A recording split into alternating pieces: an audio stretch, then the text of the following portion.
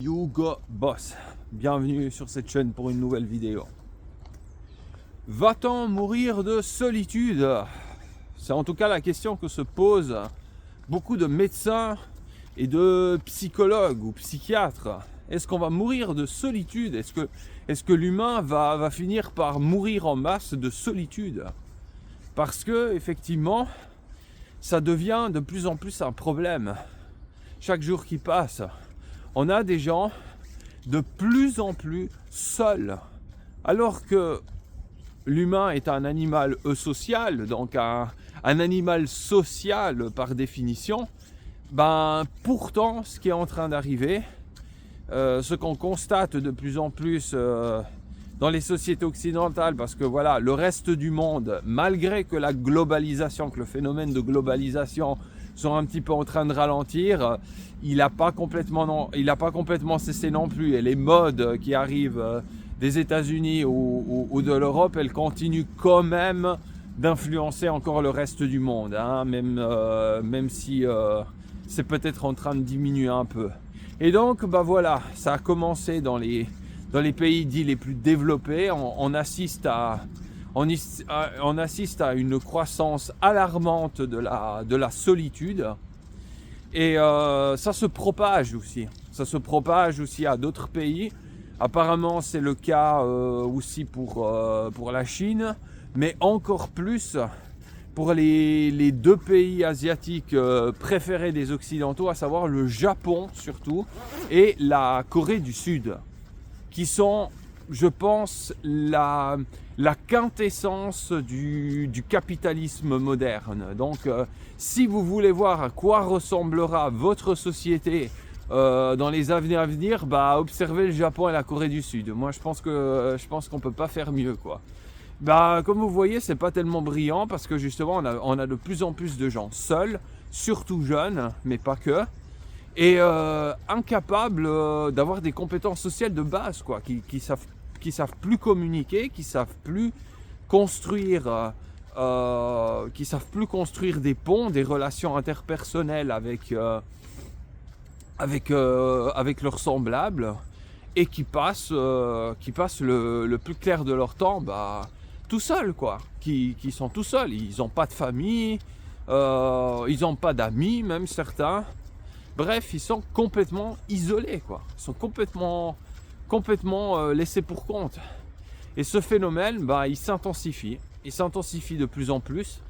Très probablement, la cause principale, c'est malheureusement l'appareil avec lequel je suis en train de filmer cette vidéo. Oui, parce que les smartphones, ils ont complètement bousillé les relations sociales.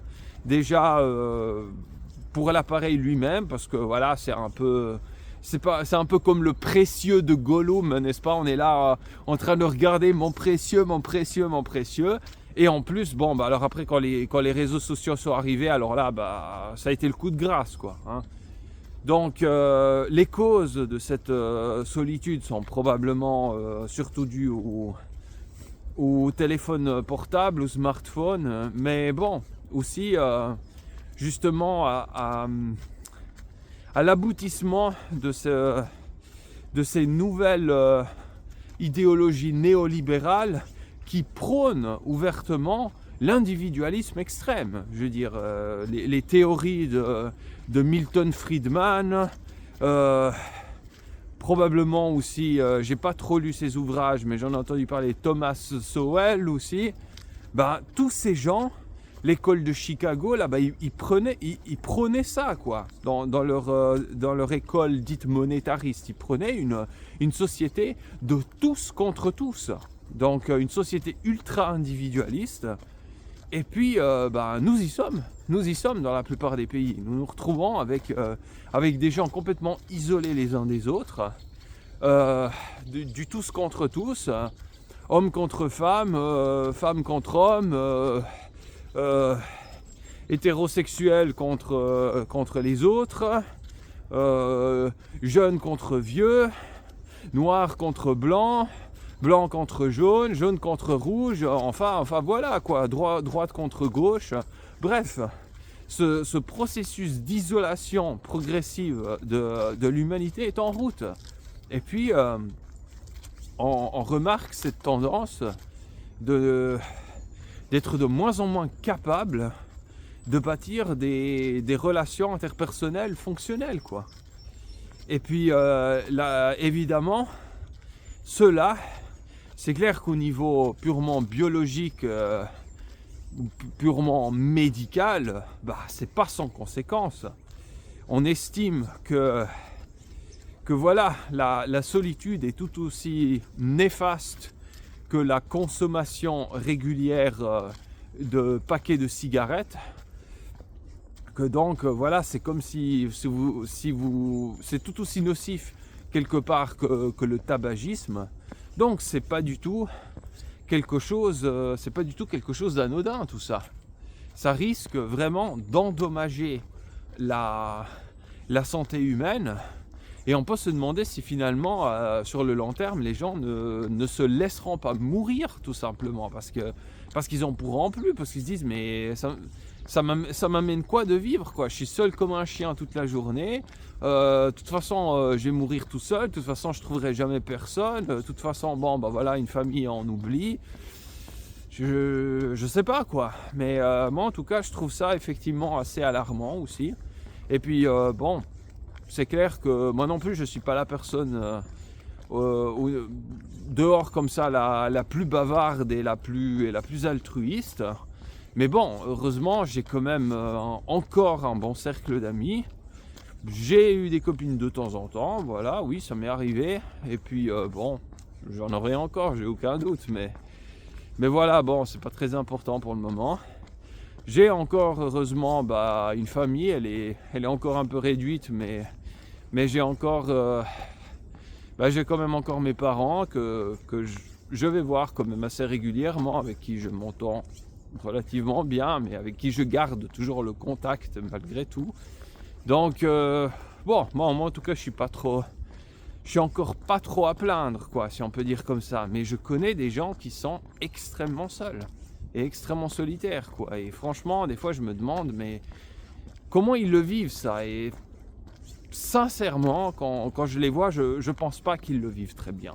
Je pense pas qu'ils soient si contents que ça, parce que je vois chez eux un certain laisser-aller, une certaine apathie aussi quelque part, et ça me frappe à chaque fois.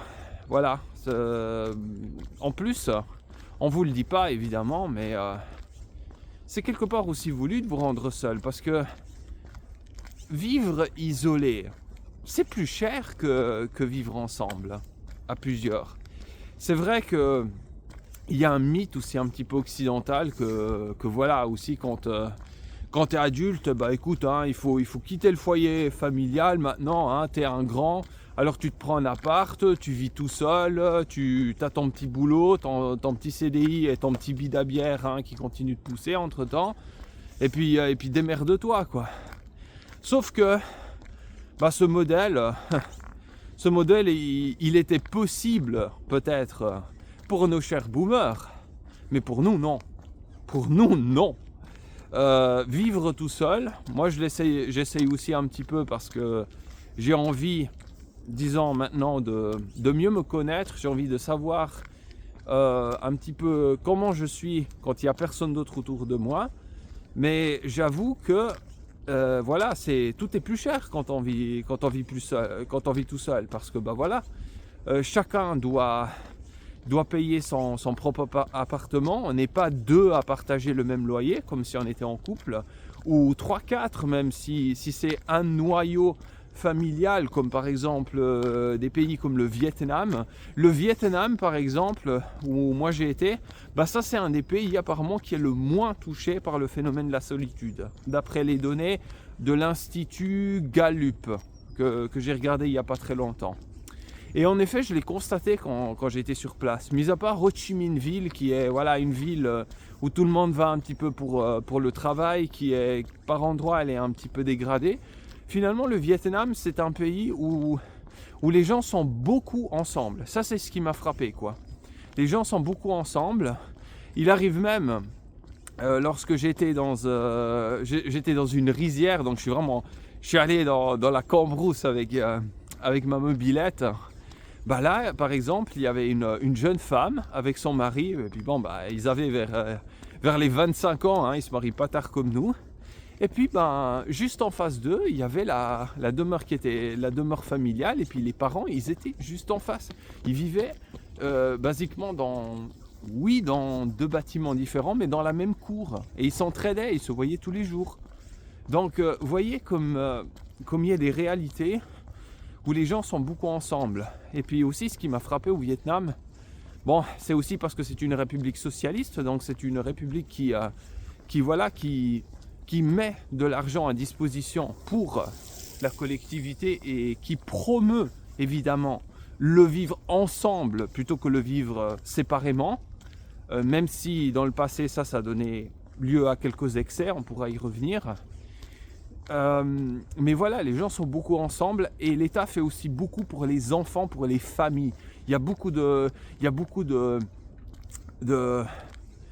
parcs pour les enfants. Il y a aussi par exemple beaucoup de salles de jeu, chose qui devient des fois un petit peu rare aussi ici.